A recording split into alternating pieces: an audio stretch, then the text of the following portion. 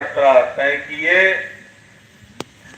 और भूलोक भुवलोक स्वलोक महलोक जनलोक तप लोक को पार करके सत्यलोक पहुंचे तो उनको दो लोग मिल गए, कामधेनु गाय और केतकी फूल।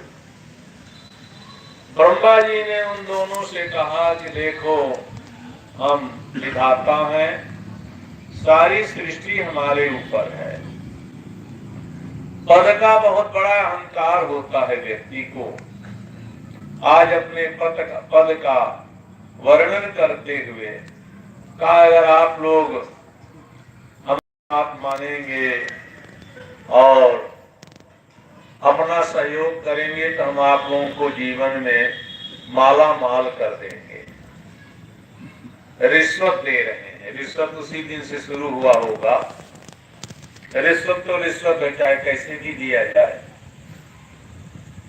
तो दोनों लोगों ने केतकी फूल भी कामधेनु भी कहा कि अगर ऐसी बात है तो क्या करना है आप बताएं, हम लोग करेंगे। तो गए, उन्होंने पूर्वत स्मरण दिलाया कि ब्रह्मा और मैं ब्रह्मा हूँ और विष्णु का हमारा ये युद्ध चल रहा था, तब तक ये ज्योति कहाँ से प्रकट हो गई। इस ज्योति का पता लगाने के लिए विष्णु जी तो नीचे गए हैं, हम ऊपर आए हैं। अभी अभी आप लोगों ने बताया कि हम जो है इसके कंठ के सामने से आ रहे हैं, कंठ से गिरे हैं। हमको यहाँ आने में हजारों वर्ष लग गया और इधर नीचे से ऊपर हमको भी आने में हजारों वर्ष लगा। तो न अभी आप लोग इसके नीचे पहुंचे, न मैं इसके ऊपर पहुंचा। आप लोग थोड़ा सा झूठ बोल दें कि हमने पता लगा दिया ऊपरी छोर का, तो हम सबसे बड़े देवता हो जाएंगे, सबसे बड़ी कुर्सी हमको मिल जाएगी, प्रतिष्ठा मिल जाएगा, सम्मान मिल जाएगा। और आप लोगों को भी, अब आप लोग तो जानते ही हैं, हम ब्रह्मा जी हैं, विधाता हैं, सृष्टि रचयिता हैं। तो दोनों ने अपना सिर हिलाया, कामधेनु गाय थी और जो है केतकी फूल भी। अब आइए इधर, ब्रह्मा जी इन झूठे गवाह जब हजारों वर्ष जाने में लगा तो आने में भी समय लगेगा। हालांकि आने में प्रसन्नता है, उतावली है कि हमारी विजय हो गई है, तो थोड़ा जल्दी जल्दी आ रहे हैं लेने के लिए। थोड़ा नीचे देखें भगवान विष्णु क्या कर रहे हैं। भगवान विष्णु भी भूलोक भूरलोक स्वलोक महलोक जनलोक तपलोक सप्तलोक में जो भगवान विष्णु भी अतल वितल सुतल तलातल रसातल पाताल महापाताल तक पहुंच गए। तो महापाताल में जब भगवान विष्णु पहुंचे तो वहां संत का दर्शन हुआ। ब्रह्मा जी को तो गौ माता मिली और केतकी फूल मिला, लेकिन भगवान विष्णु को देवर्षि नारद जी का दर्शन हुआ। देवर्षि नारद जी के वीणा का नाम है देवदत्त और तुम्बरु नाम का गंधर्व जो शिव पुराण की कथा सुनाया, उसके वीणा का नाम है महती। माता सरस्वती जी के वीणा का नाम है कच्छपु। वीणा सब लोग नहीं बजा सकते हैं, वीणा बजाना बड़ा कठिन है। तो माता सरस्वती जी वीणा धारणी बोलती हैं और देवर्षि नारद जी हैं। और तुम्बरु नाम का गंधर्व है जो शिव पुराण भूतो लोके चरति नित्यशः शिवाय विष्णु रूपाय विष्णवे शिव रूपिणे अंतरं पश्यामि तेन तौ शिवम। जय भगवान विष्णु ही शिव है और शिव ही विष्णु, इनमें कोई अंतर नहीं है। संसार के कल्याण के लिए इन्होंने दो रूप धारण किया है, कोई अंतर नहीं है। इन दोनों में इतना स्नेह प्रेम है कि एक दूसरे को याद करने के लिए एक दूसरे की प्रिय वस्तु धारण करते हैं। भगवान शंकर का प्रिय वस्तु है सर्प कहे देखो हर एक व्यक्ति को आभूषण बहुत प्रिय होता है, सोना में बड़ी ममता होती है। कहीं पर एक आध कुंटल गेहूं और चावल पड़ा हो, आदमी 3 दिन का भूखा हो फिर भी उठा कर नहीं ले जाएगा। और अठन्नी यानी 5 ग्राम सोने की अंगूठी हो, आप लोग चाहे उठान हम धीरे से जरूर पैकेट में रख लेंगे। सोना में इतना आकर्षण होता है, माया का वास है। तो सुवर्ण में बहुत आकर्षण होता है।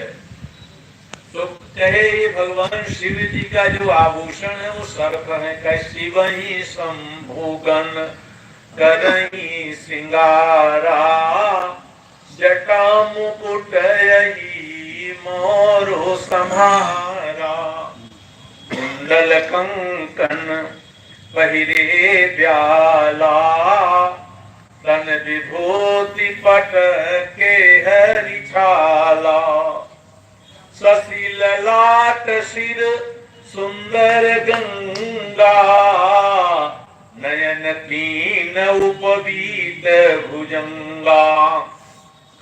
भगवान शिव ने सर्पों का आभूषण बनाया। ये मंत्र आप सब लोगों को याद है, बोल जाइए। कर्पूर गौरम करुणावतारम संसार सारम भुजगेन्द्रहारं सदा वसन्तं हृदयारविन्दे, भवं भवानी सहितं नमामि। नारद जी वैकुंठ लोक पहुंच गए और भगवान विष्णु से कहे कि शंकर जी ने तो सर्पों का गहना बना लिया है, आभूषण बना लिया। तो भगवान विष्णु ने कहा अगर ऐसी बात है, उन्होंने सर्पों का आभूषण बनाया तो हम सर्पों की सैया बनाएंगे, चारपाई बनाएंगे, पलंग बनाएंगे। शांता का ये भी आप लोग याद है, बोल जाइए।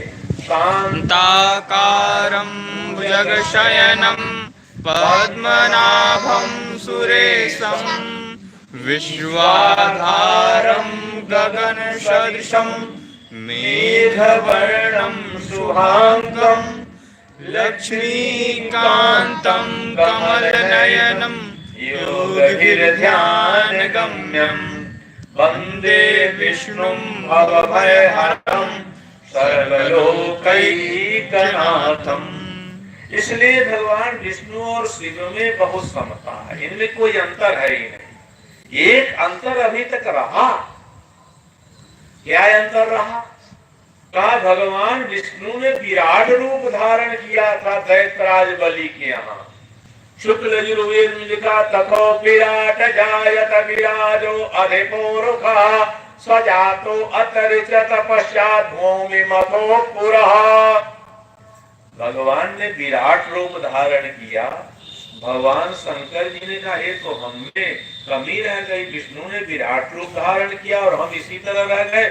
आज वही भगवान शिव ने भी विराट रूप धारण किया, खंभा के रूप में विराट रूप धारण कर लिया भगवान शिव जी ने भी, कि हम में और विष्णु में कोई अंतर। अगर हमारे स्वामी विष्णु विराट है तो हम भी विराट है।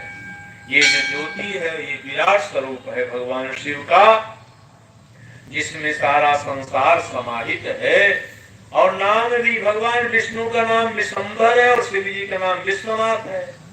नाम एक तरफ विशंभर एक तरफ विश्वनाथ, दोनों का अर्थ एक ही है। तो भगवान शिव ने विराट रूप धारण किया है। तो नारद जी ने कहा कि हे नारायण, इनका पता आप नहीं लगा सकते, व्यर्थ में आप अपना समय नष्ट न करें। तो भगवान विष्णु ने नारद जी का परिक्रमा किया और परिक्रमा करके उनके बात को मान लिया, स्वीकार किया, चल दिया। यहाँ पर एक बात सोचने योग्य है, ये ब्रह्मा जी को कामधेनु गाय मिली और केतकी फूल मिला, और नारायण को संत मिले, नारद जी मिले। तो संत के दर्शन से क्या लाभ होगा ये आप आगे सुनेंगे। एक बार नारद जी अपने मन में विचार किया। क्या विचार किया? कहा हम एक ऐसे महात्मा है, देवर्षि हैं, संत हैं, जिनका पूजा मानव भी करते हैं, देवता भी करते हैं, राक्षस भी करते हैं।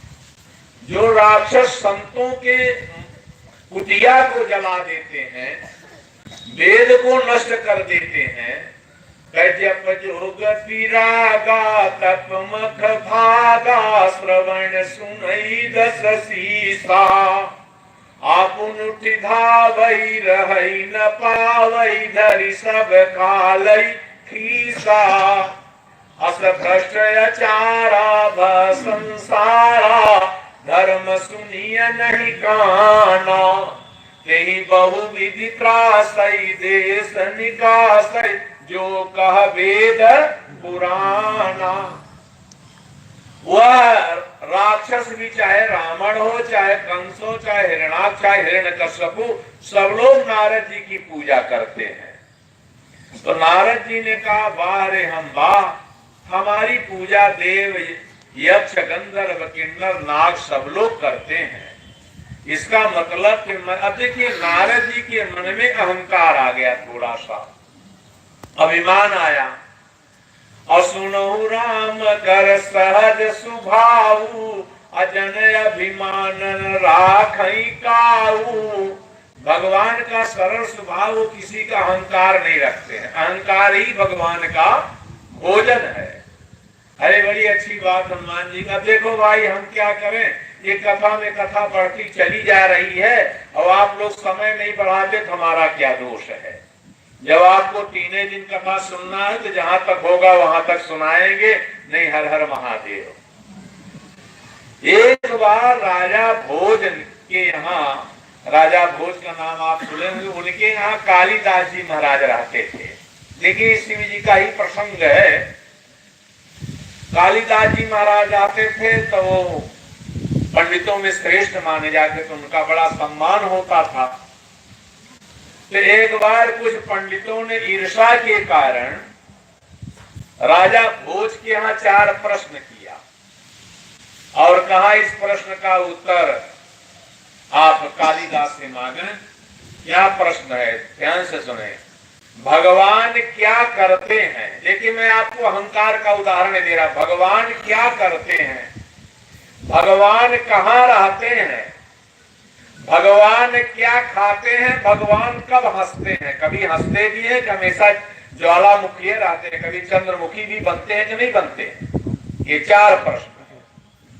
भगवान क्या करते हैं, भगवान कहाँ रहते हैं, उनका कहीं घर द्वार है कि ऐसे घूमते रहते हैं। अब भगवान क्या खाते हैं और भगवान कब हंसते हैं, ये 4 प्रश्न किया गया। कालिदास जी से पूछा गया। कालिदास जी ने कहा कि राजन हमको 7 दिन का समय दिया जाए, मैं इस प्रश्न का उत्तर दूंगा 7 दिन में। तो पंडितों ने कहा अगर 7 दिन में आप उत्तर नहीं दिए तो कहे हम जो है जमुना में डूब करके अपने प्राण को त्याग देंगे, आत्महत्या कर लेंगे। कहा ठीक है। कालिदास जी महाराज गए, अनेक शास्त्र पुराणों का उन्होंने अवलोकन किया, लेकिन इस प्रश्नों का उत्तर कहीं नहीं मिला। जब कहीं नहीं मिला इन प्रश्नों का उत्तर, तो आज 7वां दिन है, सुबह 8 बज रहा है, 10 बजे तक का समय दिया गया है। उनको 10 बजे जो है राज्यसभा में जाना, हाजिर होना है। तो कालिदास जी महाराज कहे अब तो 2 घंटा के बाद उत्तर नहीं मिल रहा है तो प्राण ही त्यागना है, चलो जमुना जी में चलते हैं, वही आत्महत्या कर लेंगे। जमुना जी में गए, हृदय भर जल में प्रवेश करके उन्होंने सोचा मरना तो भैया है तो कम से कम भगवान का नाम ले लें। तो नेत्रों में आंसू भर के उन्होंने कोटि कोटि ब्रह्मांड नायक चराचर निष्ठाता भक्त वत्सल अरुणालय करुणालय देवादिदेव चंद्रभूषण भगवान शिव जी का स्मरण किया। ओम नमः शिवाय, ओम नमः शिवाय, ओम नमः शिवाय, ओम नमः शिवाय, ओम नमः शिवाय, ओम नमः शिवाय, ओम नमः शिवाय, ओम नमः शिवाय। इधर मुख से नमः शिवाय निकलता है, उधर भगवान शंकर जी विचित्र रूप बना करके पीछे प्रकट हो गए। नाम लेने में देरी है लेकिन भगवान को प्रकट होने में देरी नहीं है। भगवान की एक कमजोरी है, कमजोरी। आप किसी व्यक्ति की कमजोरी जान जाए तो बराबर कठपुतली कैसे आपके पास नाचता रहेगा। अगर इधर उधर का तो उसको याद दिला दे कि वो हम पोल खोल देंगे तो फिर कह रहे भैया आप काहे को नाराज हो रहे हैं, हमारे आप में अंतर किया है। इसी तरह भगवान में भी एक कमजोरी है और उस कमजोरी के भक्त लोग जानते हैं, लाभ लेते हैं। क्या कमजोरी का? भगवान अपने भक्तों के नेत्र में आंसू नहीं देख सकते हैं। सब कुछ देखेंगे लेकिन भक्त के नेत्र में आंसू आ जाए तो भगवान उस आंसू में बह चलते हैं, प्रकट हो नहीं देख सकते हैं। इसलिए हम लोगों का ये अभ्यास है। आंसू तो हम लोगों को खानदानी संपत्ति मिली है, पूर्वजों के द्वारा मिली है। हमेशा हम रोते रहते हैं लेकिन अंतर इतना है कि हम जगत के लिए रोते हैं, जगदीश्वर के लिए नहीं रोते हैं। कभी एक बार जगदीश्वर के लिए तो रो के देखो। कह रोए तात मातहू को, छोटे बड़े भ्रातहू को रोए। रोयो जननी को अधिक कुलाई के, गर्भ में रोयो व्याधि रोयो जननी, जठर रोयो अधिक दुख पाई के। और कहा रोए? गए अपने अभाग रोयो, दूसरे के भाग रोयो। बालापन रोयो न समझ कुछ पाई के, झूठन के रोवन में समय सौ बिताई दियो। अकबहू नहीं रोयो श्री राम गुण गाय के, झूठन के रोवन में समय सौ बिताई दियो। कबहू नहीं रोयो श्री राम गुण गाय के, मम गुण गावत पुलक शरीरा। गद गद गिरा नयन बह वीरा। याद रखना सज्जनों, संसार के लिए जगत के लिए रोओगे तो रोना कहाएगा और जगदीश्वर के लिए रोओगे तो रोना गीत बन जाएगा। वो आपके मीत परमात्मा से मिला देगा। अगर रोना ही है तो भगवान के लिए रोइए कि हे प्रभु बहुत समय बीत गया। महाराज दशरथ जी ने भगवान के लिए रोया कि हे रघुनंदन प्राण प्रीते, तुम बिन बहुत दिन बीते। राम राम कही राम कही, राम राम कही राम। अतनु परिहरि राम बिरह राव गए सुरधाम। इस दुआ में 6 बार राम राम महाराज दशरथ जी ने कहा है, क्योंकि मालूम पड़ता है जब दशरथ जी का प्राणांत होने वाला था तो वहां पर 3 लोग रहे। सुमंत रहे और माता सुमित्रा जी रही और माता कौशल्या जी। तो महाराज दशरथ जी उन लोगों को, तीनों लोगों को राम राम 2-2 बार कहा कि अच्छा भैया हम चल रहे हैं, राम राम राम राम राम राम। इसलिए 6 बार उन्होंने इन तीनों लोगों को 2-2 बार राम राम कह करके और वैकुंठ धाम की यात्रा किया है। इस दोहा के बहुत भाव है। तो मैं आपसे निवेदन कर रहा था कि कालिदास जी महाराज के नेत्रों में आंसू आया तो भगवान भोलेनाथ जी इतने दयालु, इतने कृपालु है। वो घसियारा का रूप बना के प्रकट हो गए। घसियारा काट छीलने वाला, एकदम फटी धोती पहने हुए हैं, वो भी कुछ ऐली मैली है। एक हाथ में खुरपा, खुरपा आप लोग जानते हैं जो घास से, एक हाथ में खुरपा लिए हैं और एक हाथ में बांस की डलिया लिए। प्रकट हो गए और पीछे से आवाज दे, ओ पंडित जी बहुत देर से जमुना जी में खड़े हो, मरने की इच्छा है क्या? क्यों इतना देर तक खड़े हो? पीछे मुड़ करके देखे, कालिदास जी कहे इस जंगल में कौन आ गया? कालिदास जी समझ गए कि मेरे प्रभु के सिवाय दूसरा कोई, क्योंकि हीरा की कीमत जौहरी ही जानता है। आ गए, कहे हाँ आपने ठीक कहा है, मैं मरना चाहता हूँ। क्यों? उन्होंने सारी बात बताया। ये 4 प्रश्न राजा भोज ने किया है कि भगवान क्या करते हैं, भगवान कहाँ रहते हैं और भगवान क्या खाते हैं और भगवान कब हंसते हैं। इस प्रश्न का उत्तर मैं नहीं दे सका, मेरे ऊपर कलंक लगेगा। इसलिए मैं आत्महत्या करने के लिए यहाँ आया हूँ। तब भगवान ने कहा कि तुम चल करके वहाँ राजा से कह दो कि हम इतने बड़े राष्ट्रीय स्तर के विद्वान हैं और इतना छोटा प्रश्न किए, इसका उत्तर तो हमारा घसियारा दे देगा, घसियारा दे देगा। ये देखो घसियारा, हम इतने बड़े विद्वान, अरे कालिदास जी महाराज नामी विद्वान थे, इतने बड़े विद्वान से आपको इतने छोटा प्रश्न करने में शर्म नहीं लगी? इसका उत्तर तो ये घसियारा दे देगा। देखिए आजकल के लोग होते तो तर्क वितर्क करते कि पहले तो हमका सुनावा कि का उत्तर देवे, हम तो काला चली हुआ तू इधर उधर तुम्हारो बेइज्जती हो। लेकिन कालिदास जी महाराज ने श्रद्धा से प्रणाम किया हाथ जोड़ करके और कहा चलो राजभवन में। आगे आगे कालिदास जी जा रहे हैं। आज हमारे भोलेनाथ जी महाराज दास बन गए, नौकर बन गए, घसियारा बन गए, पीछे पीछे चल रहे हैं। एक फटी अंगूठी को पगड़ी भी सिर में बांधे और रुद्राक्ष की माला है, लेकिन नाम वो नहीं धारण किए हैं, रुद्राक्ष की माला पहने हैं। और पहुंचे वहां पर, पैर में और थोड़ा मट्टी उट्टी लगा लिए हैं, ज्यादा गीला उला जहाँ रहे वहां मिट्टी और ज्यादा लगा लें। राजा भोज के यहाँ मखमल बिछा हुआ था और गए वहां पर, मखमल में एकदम बिल्कुल चले गए। सारे पंडित देख रहे हैं, कहीं देखो इस घसियारा की हिम्मत नहीं है, कहीं कितनी हिम्मत है इसकी कि यहाँ है वो भी मट्टी लपेटे हुए चला आ रहा है। चले गए वहां। राजा भोज ने पूछा क्यों आपने मेरे प्रश्न का उत्तर लिया? तो वही बात कालिदास ने दोहराया कि मैं इतना बड़ा विद्वान, आप मुझसे छोटा प्रश्न, इसका उत्तर तो मेरा घसियारा दे देगा। अगर आपकी आज्ञा हो तो हम घसियारा गेट पर खड़ा उसको बुलाओ। सब सारे पंडित आश्चर्यचकित हो गए कि जिसका उत्तर ही नहीं दे पाए घसियारा कैसे देगा। बुलाया गया, पहुंच गए भगवान उसी भेष में, खुरपा और डलिया लिए पहुंच गए भोलेनाथ जी। राजा भोज ने कहा मेरे प्रश्न का उत्तर दोगे? तो भगवान बोले तुम बड़े मूर्ख हो, तुमको राजा कौन बना ले, पहले पूछोगे तब ना उत्तर मिलेगा।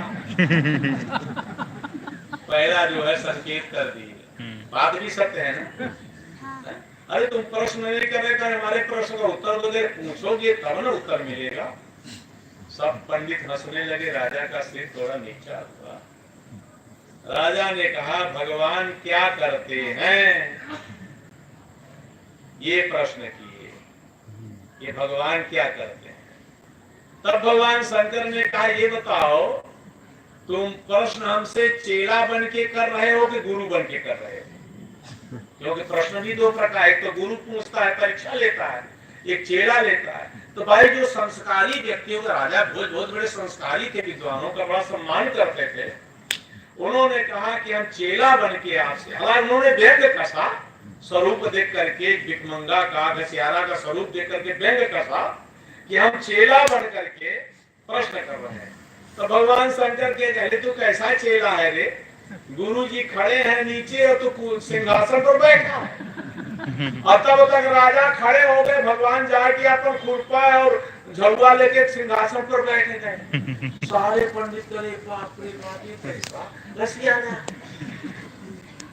अब राजा भोज कह रहे हैं हमारे प्रश्न का उत्तर दो। अरे कहा मूर्ख, तेरे प्रश्न का उत्तर मिल गया। भगवान यही करते हैं, राजा को रंग बनाते हैं भिखमंगा और भिखमंगा को राजा बनाते। इस समय राजा हम हैं कि तू? अरे भाई जो सिंहासन में बैठेगा वही ना राजा है। आवत राजा जात ग्रह, एक कहावत है। राजा जब किसी के यहाँ चढ़ाई करता है तो जाते ही सिंहासन पर धावा बोलता, आवत राजा अजात ग्रह। ग्रह जब उतरने लगता है तो भी कुछ दिन परेशान करके जाता है कि कुछ दिन हमारी ये पूजा करें, जाने के बाद भी परेशान कर। आवत राजा जात ग्रह। तुम्हारे पहले प्रश्न का उत्तर मिल गया। भगवान यही करते हैं, एक राजा को रंग कर भिखमंगा बनाते हैं और एक भिखमंगा को राजा बनाते हैं। इस समय राजा हम हैं कि तू? कालिदास कहे आप हैं। अच्छा मिल गया, समझ आया? कहे बिल्कुल समझ आएगा। अब इधर उधर कहिए तो राजा चलिए, कुर्सी भी चलिए, बिल्कुल समझ आ गया है। भगवान ठीक बात है ना, भगवान यही करते हैं कि एक भिखमंगे को राजा बनाते हैं, राजा को भिखमंगा बनाते हैं। समझ आ गया? हाँ समझ आ गया। क्या दूसरा प्रश्न क्या है? कहा भगवान रहते कहाँ है? तब भगवान शंकर ने कहा, अरे तू कैसा चेला है रे, प्रश्न पड़ता है, कुछ नाश्ता पानी नहीं कराएगा? इतने दिन में तेरे गुरुजी आए हैं और कुछ नाश्ता पानी नहीं कराएगा? अच्छा आप क्या लेंगे नाश्ता में? कहे हम अधपका हुआ दूध चांदी के कटोरा में लेंगे जिसमें मलाई खूब पड़ी हो दूध में। ज्यादा व्याख्या करेंगे सबके मुख में पानी आ जाएगा, क्योंकि देश विकास कर रहा है ना। पहले लोग दूध में पानी मिलाते रहे, पानी में दूध मिलाते हैं। तो आप लोग समझ जाइए, देश इतना विकास कर रहा है ना एकदम बिल्कुल। अभी भी देहात में आप कहीं जाएं तो कोहरी में लोग दूध पकाते हैं, मिट्टी के घड़ा में मिलता है कहीं कहीं, तो इतना आनंद आता है। उसमें शक्कर नहीं मिलाना पड़ता, शक्कर से टक्कर लेने की आवश्यकता नहीं, वो अपने आप मीठा होता है। और उस दूध से शुगर भी नहीं होता है। ले आए, चांदी के कटोरा में दूध आ गया। भगवान प्रभु भोलेनाथ जी महाराज ने बाएं हाथ में कटोरा रखा और दाहिने हाथ के तर्जनी से उस मलाई को ऐसे घुमाने लगे, मतने लगे। आधा घंटा बीत गया, सब लोग देख रहे हैं। राजा भोज से नहीं कहा गया, राजा भोज पूछा, ये क्या कर रहे हो?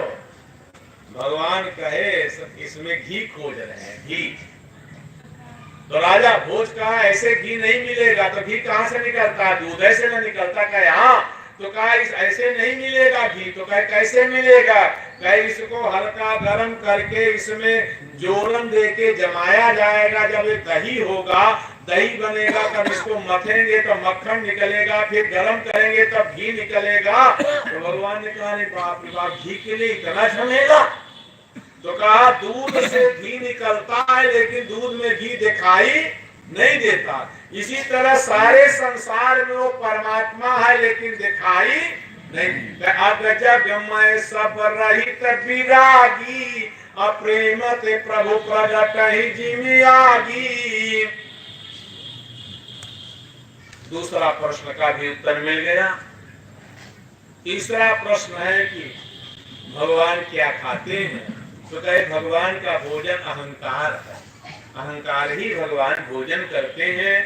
और भगवान हंसते कब है? चौथा प्रश्न है। कहते हैं बहुत सुंदर मानव शरीर देने पर, क्योंकि मानव शरीर भगवान की कृपा से मिलती है। कबहू कारी करुणा नर देहि देत ईश बिन हेतु सनेही। ये कृपा साध है, कर्म साध नहीं है। तो भगवान जब मानव शरीर देते हैं और मानव शरीर पा करके लोग भगवान का कथा नहीं सुनते हैं, भजन नहीं करते हैं, धर्म मंदिर में नहीं जाते हैं, और जब यमराज पकड़ करके उनको मुदगर से गदा से पीटते हुए नरक में ले जाते, इधर उधर जब वो छटपटाते हैं, इधर उधर भागते, तब भगवान को हंसी आती है कि देखो इस अभागे को मैंने इतना सुंदर मानव शरीर दिया, लेकिन इसने हमारा भजन नहीं किया। ये तो उज्जर कपड़ा पहिर के पान सुपारी खाए, तुलसी हरि भजन बिनु बांधे जमपुर जाए। तब भगवान हंसते हैं। तो अहंकार ही भगवान का भोजन है। आज देवर्षि नारद जी को भी अहंकार आ गया कि हमसे बड़ा कोई नहीं है। चलो इसका निर्णय लेते हैं परमात्मा राम से। मैं आपको एक उदाहरण दे रहा हूं कि संत दर्शन से क्या लाभ होता है। जो भगवान विष्णु को नारद जी रूपी संत का दर्शन हुआ, उससे क्या लाभ होता है, इसका उदाहरण मैं आपको दे रहा हूं। नारद जी परमात्मा श्री राम जी के पास अयोध्या में गए। भगवान श्री राम ने बड़ा सम्मान किया, पूजन किया, नारद जी को बैठाया। नारद जी ने भगवान से प्रश्न किया, प्रभु संत दर्शन से क्या लाभ होता है? तो भगवान ने कहा, नारद जी जमानी बतावें कि आपको प्रत्यक्ष दिखाए गए। तो कहे आप दिखा दीजिए प्रत्यक्षम किम प्रमाणम, अगर देख लेंगे तो अच्छा ठीक है, अभी आपको दिखाते हैं संत दर्शन से। भगवान अपने राजमहल के बाहर निकले और राजमहल से पीछे पीछे नारद जी भी आए, और भगवान ने वहां से इशारा किया कि देखो एक किलोमीटर दूरी पर बमुर का पेड़ दिखाई दे रहा है। हाँ, तो उस बमुर के पेड़ के नीचे चारों तरफ गोबर इकट्ठा किया है। बगल में ग्वाला लोगों को गांव है, वो लोग गाय भैंस रखते हैं, तो पूरे गांव के लोग वहां गोबर इकट्ठा करते हैं। प्रभु को उसी गोबर में तुम जाओ, वहां और थोड़ा सा गोबर हटाओगे तो उस गोबर के हटाने से उसके अंदर एक गोबड़ौरा कीड़ा मिलेगा, गोबड़ौरा। उससे पूछो तुम्हारे प्रश्न का उत्तर दे दे। नारद जी चले बहुत उदास है, सबका गुरु हम, हमारे गुरु गोबड़ौरा बनी हो। बताओ, सबका गुरु हम वर्ष नारद जी और हमारा गुरु गोबड़ौरा बनेगा। नारद जी गए और जा करके गोबर हटाए। वो तो भगवान की कृपा का गोबड़ौरा था, बड़ा चिकना एकदम बिल्कुल था। गोबड़ौरा ऐसे भी चिकना होता है। अच्छा देखो, भगवान कहे इस गोबड़ौरा को अगर आप दूध में डाल दो तो मर जाएगा, दूध दे दो मर जाएगा, और गोबर में जिंदा रहेगा। गोबर ही इसका खान पान है। तो नारद जी ने उठाया, वो गोबड़ौरा निकला। नारद जी ने कहा, हे गुरु गोबड़ौरा, ये बताओ संत दर्शन से क्या लाभ होता है? तब तक गोबड़ौरा की मृत्यु हो गई। गोबड़ौरा की मृत्यु हो गई। नारद जी के प्रश्न का उत्तर मिल गया, लेकिन नारद जी समझ नहीं पाए, क्योंकि भगवान की माया जो है ब्रह्मा विष्णु महेश को न चाहती है, तो नारद जी किस खेत के मूल्य है? जग देखन तुम देख निहारे, अभी हरि शंभु न चाव निहारे, अतेउ न जाने मरम तुम्हारा, और तुम्हें को जान निहारा। लेकिन जिसके ऊपर भगवान की कृपा हो जाओ, जान कैसोई जाने जेहि देव जनाई, अजानत तुम्हारी होई जाई, तुम्हारी कृपा तुम्हारी रघुनंदन, जानहि भगति भगत उर चंदन, यह गुण साधन ते नहीं होई, तुम्हारी कृपा पाव को हुई। नारद जी लौट के आए, भगवान मुस्कुराए, क्या हुआ? कहा वो तो गुरु जी मर गए हैं। तो भगवान के, नारद जी तुम्हारा बड़ा प्रश्न है, विचित्र, पता नहीं कई गुरु के तुम मर गए। अच्छा, तो भगवान ने कहा देखो, वो जहाँ गोबड़ौरा था उसी के बगल में 500 मीटर दूरी पर गांव है। अभी अभी गौ माता ने बछड़ा को जन्म दिया है। वो बछड़ा से जाकर पूछो, तुम्हारे प्रश्न का उत्तर देगा। ये जो मैं आपको कथा सुना रही, नारद पुराण की कथा है। बछड़ा जो है आपको प्रश्न का उत्तर देगा। नारद जी गए, अभी 3 घंटा पहले बछड़ा का जन्म हुआ था। नारद जी जब गए तो जिनकी गाय थी वो पति पत्नी पूरे परिवार सहित आ गए दौड़ के, देखो हमारे यहाँ संत भगवान आए हुए हैं। नारद जी ने बछड़ा का पीठ सुहराया और कान में गए और कान में लग के उससे पूछे, ए बछड़ा गुरु, संत दर्शन से क्या होता है? तब तक बछड़ा गिरा, उसकी मृत्यु हो गई। उसके जिसकी गाय थी, जो घर का मालिक था, वो अपने पत्नी का लाठी लिया तो बताइए बाबा है जो कसाई अभी अभी बछड़ा जन्म दिया और ये हमारे बछड़ा को मार डाला। कौन सा एक लोटन विद्या पढ़ा, कौन जादू पढ़ा? अब नारद जी भाग थे। अच्छा, कभी भयभीत होकर अगर भागे ना तो सामान भी गिरने लगता है। कभी नारद जी का दुपट्टा गिरता है, तो कभी माला गिरता है, और कभी जो है उनका वीणा गिरता है, और लिए लाठी पीछे से दौड़ा रहा। भगवान के यहाँ गए, दुहाई सरकार की, दुहाई बचाइए बचाए। भगवान ने रोका, उससे कहा कि तुम जाओ। वो यादव लौट गया, वो आया अपने घर में। इधर भगवान ने कहा, क्यों नारद जी प्रश्न का उत्तर लोगे? कहीं नहीं प्रभु ने, कहने हम तो देंगे आपके प्रश्न का उत्तर। कहे क्या? कहे अभी भाई उज्जैन में उदय प्रताप नाम के राजा हैं, उनके यहाँ राजकुमार जन्म लिया, वो आपके प्रश्न का उत्तर दे देगा। नारद जी कहे मैं नहीं जाऊंगा, आग लागे ये संत महिमा में। दुई कांड हुआ है, गोबड़ौरा मर गया तो कोई नहीं था, वो बेचारा असहाय था, कुछ नहीं हुआ। गाय का बछड़ा मरा, वो को सहाय था तो मैं लाठी से बचा। और राजमहल में अभी कोई राजकुमार जन्म लिया है, तो वो रनिवास में रहेगा, वहां से हमको बचना तो हम नहीं जाएंगे। भगवान ने कहे आपको जाना पड़ेगा, मेरी आज्ञा है। अब नारद जी चल दिए। कहे चल नारद से बहुत दूसरों को फंसाते रहे, आप लोग का पता चले। आज बड़े चक्कर में, क्या जरूरत रही भजन करते, उस महात्मा की महिमा को जानना क्या जरूरत था? नारद जी पहुंच गए उज्जैन में, उदय प्रताप नाम के राजा के यहाँ रनिवास में चले गए। सब लोग रनिवास में जब गए तो वहाँ राजकुमार जन्म लिया था, और दासियां उसकियां थी। भगवान नारद जी ने कहा कि देखो आप सब लोग बगल हो जाइए। रानी से भी कहा आप थोड़ी देर चले जाइए, इस बालक को हम आशीर्वाद देंगे। सब लोग हट गए। नारद जी ने अंदर से कमरा बंद किया और अंदर से कमरा बंद करके और जो है पूछते हैं, हे राजकुमार ये बताओ संत दर्शन से क्या लाभ होता है। राजकुमार खूब हंसने लगा। नवोध बालक अभी 2 घंटा पहले जन्म हुआ, खूब हंस रहा है, वो मरा नहीं। नारद जी चारों तरफ देख रहे हैं इधर उधर। वो बालक कहता आप मेरी ओर देखिए, आप तो बहुत बड़े ज्योतिषी हैं। पार्वती जी का हाथ देख के उनके विवाह के बारे में आप बताए थे। अभी सम्मोहनी के हाथ देखने गए तो आप उनसे मोहित हो गए थे, तो आप तो बहुत बड़े ज्योतिषी हैं, मेरी ओर देखिए। नारद जी कहीं ऐसा में हमारे ज्योतिष सब हेराए गए। हम अपनी ओर देखे कि तुम्हारी ओर, हम चारों तरफ देख रहे हैं कि भागे के खिड़की है कि नहीं। दरवाजा में तो जो है पुलिस लोग बॉडीगार्ड खड़े हुए हैं, ड्यूटी कर रहे हैं, द्वारपाल खड़े हैं। तो दोनों रोशनदान खुला हो तो हम भागी। तो वो बालक कहा कि अब आपको भागने की आवश्यकता नहीं है, आप मेरी ओर देखिए, मैं कौन हूँ।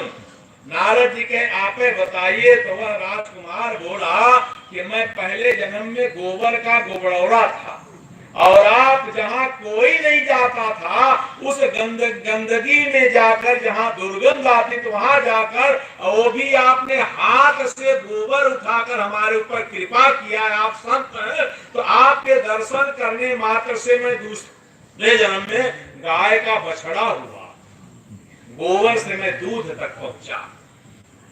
फिर भी आप कृपा करने से रुके नहीं, दोबारा हमको दर्शन दिए, तो आज गाय के बछड़ा से मैं राजकुमार बन गया हूँ। तो सज्जनों, संत में वह पावर है, वह शक्ति है कि जो एक गोबर के गोबरौड़ा को राजकुमार बना सकता। ऐसी शक्ति, ऐसी पावर किसी दूसरे में नहीं है। संत ने वो राजकुमार कहा कि अब आपके तिवारा दर्शन से हम जीवन भर यहाँ सुख करेंगे और अंत में हमको इंद्र पद मिलेगा, मैं इंद्र लोक में जाकर राजा देवराज इंद्र बनूंगा। ये संत दर्शन का लाभ है सज्जनों। इसीलिए हनुमान जी महाराज ने जो प्रतिज्ञा किया, लंका में जब गए और विभीषण से को देखे, दोनों ने प्रतिज्ञा का यही सन करिहूं पहचानी, साधु पे होई न कारज हानि।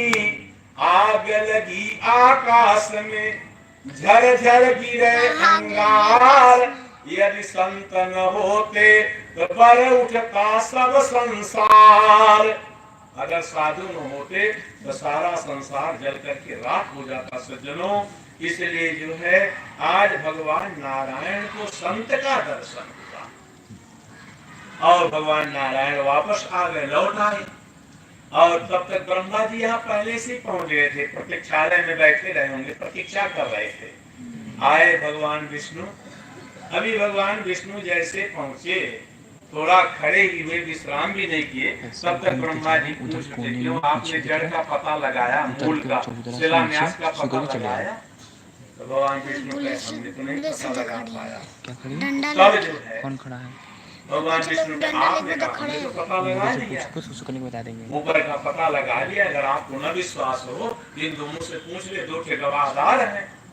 भगवान ने कामधेनु से पूछा, कामधेनु ने कहा, मुंह हिलाया हाँ। केतकी फूल से कहा, उसने भी सिर हिलाया, कहा हाँ। इतने में बड़ी भयंकर आवाज हुई सज्जन, और इतनी भयंकर आवाज में मालूम पड़ता था प्रलय हो जाएगा।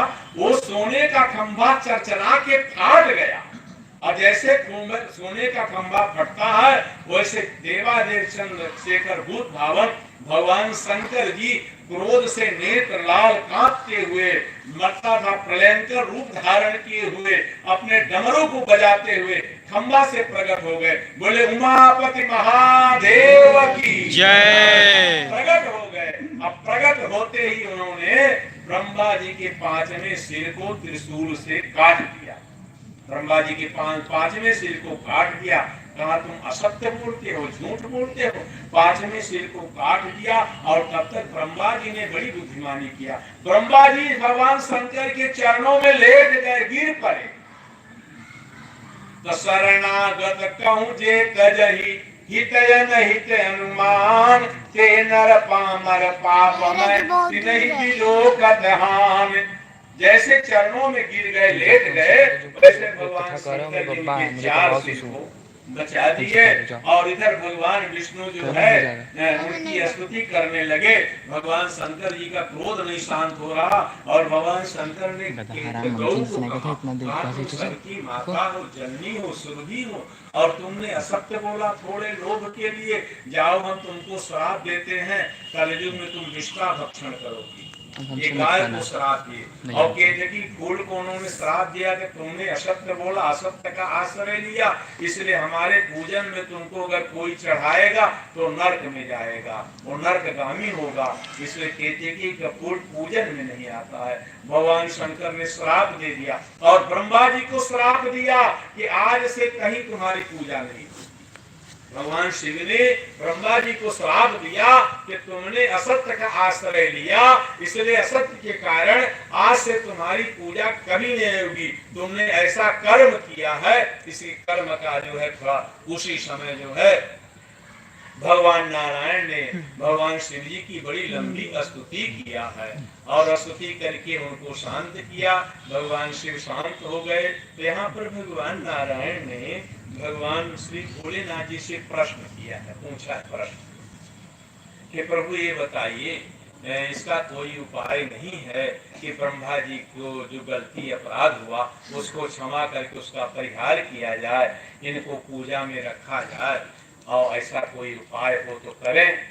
तो भगवान भोलेनाथ जी ने कहा कि हाँ, इनको अपने कर्म का दंड भोगना पड़ेगा, इन्होंने ऐसा कर्म किया है इसलिए कर्म का दंड भोगना पड़ता। इसी कथा को गोस्वामी तुलसीदास जी महाराज ने लक्ष्मण गीता में लिखा है, जो निषाद राज का और राम जी का संवाद, उसको लक्ष्मण गीता कहते हैं। काहुन को सुख दुख करदाता, अनिज कृत कर्म भोग सब भ्राता, अस विचारी नहीं की जय रोसो, अकाहु अबादीन देय दोषो। यहाँ पर भगवान विष्णु ने जो है स्कंद पुराण में शिव जी से प्रश्न किया है और ये बड़ी अच्छी कथा है, आप लोग सुनेंगे और इससे बड़ा ज्ञान मिलेगा। उन्होंने कहा, प्रभु ये कर्म कहाँ तक साथ देता है, आप इसके बारे में हमको बताना और ये सुनना चाहिए, कर्म कहाँ तक जाता है। तो भगवान शिव स्वयं अपने श्रीमुख से ये कथा सुना रहे हैं, हम लोग शिव जी की चरित्र सुन रहे हैं, तो आप लोग सुने। बड़ी लंबी कथा, लेकिन प्रयास करूंगा संक्षिप्त में हो जाए। भगवान शिव ने कहा, हरिद्वार से पश्चिम के तरफ 28 किलोमीटर दूर पर कोई गांव है, वहां पर प्रयागदत्त नाम के एक सेठ रहते थे। प्रयागदत्त उनका नाम था, वो नगर सेठ थे। उनकी इतनी फैक्ट्रियां थी, इतनी कंपनियां, दुकानें थी कि उनको स्वयं नहीं मालूम था कितनी दुकानें। नगर सेठ थे। उनके यहाँ किसी जन्म का उनका पुण्य रहा होगा तो स्वयं 4 पुत्र उनके यहाँ जन्म लिए। ये 4 पुत्र क्या है? धर्म अर्थ काम मोक्ष, ये चारों जो है पुत्र बन के इनके यहाँ जन्म लिए। सेठ जी बहुत कंजूस थे, वो कभी जीवन में किसी को एक मुट्ठी अन्न, एक पैसा नहीं देते थे। अच्छा, दान पुण्य कभी नहीं करते थे। यहाँ तक कि अगर कोई भिखमंगा उनके यहाँ पहुंच जाए तो उसको अपने यहाँ रख करके दुकान में काम कराते थे, भोजन देते थे, भोजन देते रहे, भोजन कपड़ा, उसको दान नहीं देते थे। बहुत कृपण कंजूस। अच्छा, कंजूस भी 2 प्रकार के होते हैं, भला यहाँ नहीं होंगे चकिया में, कहें आप लोग तो बता दें, तो नाराज हो तो न बताऊं, बता दें। एक कंजूस होता है, एक मक्खी चूस होता है। कंजूस में भी 2 श्रेणी। एक बार 2 व्यक्ति घी लेने के लिए दुकान में गए, दोनों ने 25-25 ग्राम घी खरीदा। एक कंजूस थे, एक मक्खी चूस थे। तो कंजूस ने, मक्खी चूस ने कंजूस से पूछा कि इतना घी आप कितने दिन खाओगे? तो कंजूस ने कहा 6 महीना। 25 ग्राम घी 6 महीना खाएंगे। कैसे खाते हो? कहा, एक नीम का सीक मैं रखा हूँ, और उसको 24 घंटा पानी में डुबाया रहता। और जब दाल आती है तो इसी सीख को ये डब्बा का ढक्कन खोल के उसी में डुबा के, दाल में डुबा के फिर पानी में डाल देते हैं, तो 6 महीना चल जाएगा। तो मक्खी चूस ने कहा इतना खर्च करोगे तो परिवार कैसे रहेगा, यानी 25 ग्राम घी तुम 6 महीना में खत्म कर दोगे। तो कंजूस ने कहा भैया जी आप कितने दिन खाएंगे। तो मक्खी चूस ने कहा देखो ये शीशी देख रखा है, हाँ इसकी ढक्कन आज बंद हो गई तो बंद रहेगी जिंदगी में, कभी नहीं खुलेगी। और ले जा करके अपने यहाँ अलमारी में रख देंगे, और जब कटोरी में दाल आएगी तो शीशी को उठाकर ढक्कन ने खोलो, शीशी दाल के ऊपर घुमाएगी। खाने का कीड़ा भले पड़ जाए लेकिन ये खत्म होने वाला, जब ढक्कन खुलेगा तब न खत्म होगा, शीशी ऊपर से घुमाएगी। इसी तरह प्रयागराज पे शीशी घुमाने वाले थे। इनके चारों लड़के पढ़ने जाते थे, तो गुरुकुल में पढ़ने जाते थे। इनके घर से 1 किलोमीटर दूर पर स्कूल था। आधा किलोमीटर घर से दूरी पर रास्ता में शिव जी का मंदिर पड़ता था। वहां पर प्रत्येक दिन पंडित जी 4 बजे से 5 बजे तक पुराणों की कथा सुनाया करते थे। उस समय मत्स्य पुराण की कथा सुना रहे थे। ये चारों लड़का अपने माता पिता के चोरी में आकर कथा 1 घंटा सुन करके 5:15 बजे अपने घर आते रहे। तो सब जाने का एक चारों सुनते रहे। जब ये चारों लड़के बड़े हो गए, 25-30 साल के हो गए, तो एक दिन चारों अपने पिता के चरण को दबा रहे थे और कहे पिताजी आप हम लोगों के लिए तो बहुत कुछ कर दिए लेकिन अपने लिए कुछ नहीं किए। आज तक आपने 28 किलोमीटर दूर में हरिद्वार कभी गंगा स्नान करने नहीं गए, कभी दान पुण्य नहीं किए, अब आप भजन करें हम लोग सब कुछ करेंगे। वह प्रयागराज ने अपने पत्नी को बुलाया, कहा देखो तुम्हारे लड़के सारी संपत्ति हमारी है और हमको इस तरह कह रहे हैं कि आप अपने लिए कुछ नहीं किए हो, और लड़के कह रहे हैं कि स्वर्ग के लिए अपने वैकुंठ जाने की कुछ व्यवस्था करो। उसने अपने पत्नी से, लड़कों ने बहुत प्रयास किया, पिताजी कभी न किसी के 1 मुट्ठी अन्न दिए और न 1 पैसा किसी को उन्होंने दान दिया। समय आया उनकी मृत्यु हो गई। जब प्रयागदास मर गए तो ये चारों बेटा जो है कहे चलो हम अपने पिताजी का दाह संस्कार हरिद्वार में करेंगे, क्योंकि उसके 3 दिन पहले इन्होंने कथा सुना था मत्स्य पुराण में। पंडित जी ने बताया था कि कितना बड़ा पापी व्यक्ति हो, अगर उसकी हड्डी किसी तरह चील या कौआ के द्वारा भी गंगा में पहुंच जाए तो जब तक हड्डी उसकी गंगा जी में रहेगी उतने 1000 वर्ष तक वो स्वर्ग में रहेगा। और जब हड्डी वहां से समाप्त हो गई, निकल गई, तो जम्बू द्वीप में किसी राजा महाराजा के यहाँ वो जन्म लेगा। कारण गंगा जी की इतनी बड़ी महिमा है कि नाम लिए कितने तरी जात, प्रणाम किए सुर लोक सिधारे, अतीर गए तो तरे तो कहा कितने तरी जात तरंग निहारे, तरंगिनी तेरो स्वभाव है कवि के सौर में बन धारे, भागीरथी हम दोष भरे भरोसा यही के परोस तिहारे, यागति योग मुक्त मुनि नाम उदरे शाम, यागति भक्तानां जाह्नवी तीरवासी नाम। ये स्कंद पुराण का मंत्र है, मत्स्य पुराण का है। कह रहे हैं कि किसी तरह हड्डी अगर गंगा जी में पड़ जाए तो वह स्वर्ग में निवास करता है, और अंत में किसी श्रीमान के घर में उसका जन्म होता है। तो कहे चलो हम लोग चारों भैया, पिताजी तो जिंदा रहे तो गंगा स्नान करने नहीं गए, हमको किसी की आवश्यकता भी नहीं है, हम 4 लोग हैं। ये देखो ये सतयुग की कथा है। ये चारों बेटा जेठ का महीना था, अपने पिताजी की मिट्टी लेकर चल दिए। राम नाम सत्य है, राम नाम सत्य कहते हुए जा रहे हैं। ये सतयुग धन है, ये है पुत्र। ये कलयुग के आज के वर्तमान समय के पुत्र की कथा सुन लीजिए इसी प्रसंग में। एक पंडित जी थे, उनके बेटा का नाम था पप्पू। कोई पप्पू हो तो नाराज मत होना भैया। एक लड़का था और पंडित जी राज पुरोहित थे, राजा के पुरोहित थे। पंडित जी की मृत्यु हो गई पप्पू 22 साल के थे, आ ही नहीं रहे थे दाह संस्कार करने के लिए। गांव वाले किसी तरह पकड़ करके बुला करके लाए, दाह संस्कार हुआ।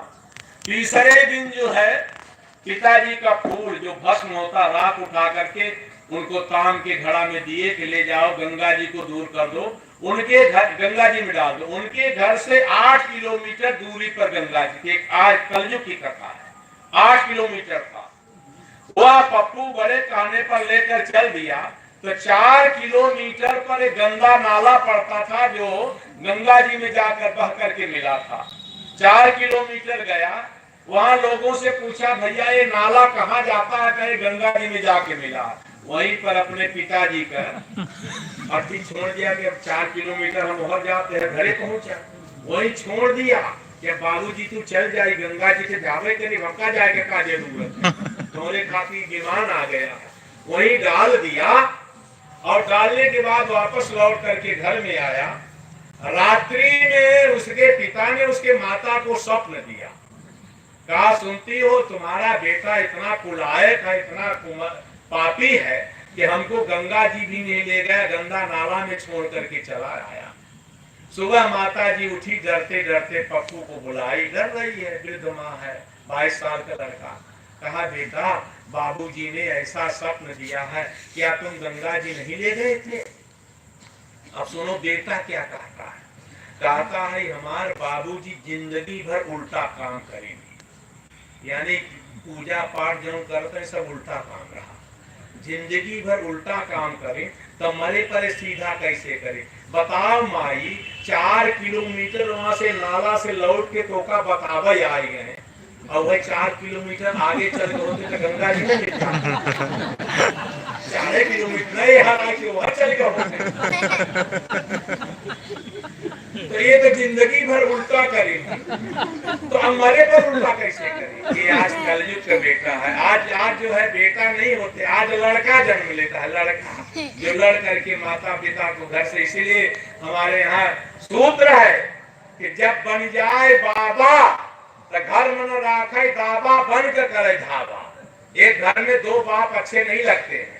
जब बेटा को बेटा हो गया तो बाबा हो गए, तो अब दावा मत करो ये हमारा घर हमारा घर, बन का धावा करो। यानी बन का मतलब अपने घर को ही हरिद्वार बना लो, घर द्वार को हरिद्वार बना लो, भगवान का भजन करो।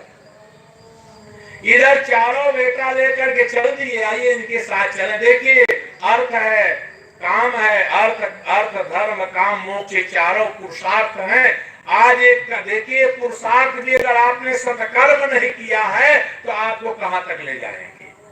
सत्कर्म अगर आपने नहीं किया तो पुरुषार्थ भी आपका साथ नहीं पूरा कर पाएंगे। ये लोग 20 किलोमीटर गए, रात्रि में 8 बज गया। जब 8 बज गया तो गांव कहा भैया हम लोग जो है प्रयाग दास के बेटा हैं, हमारे पिता की ये 100 है,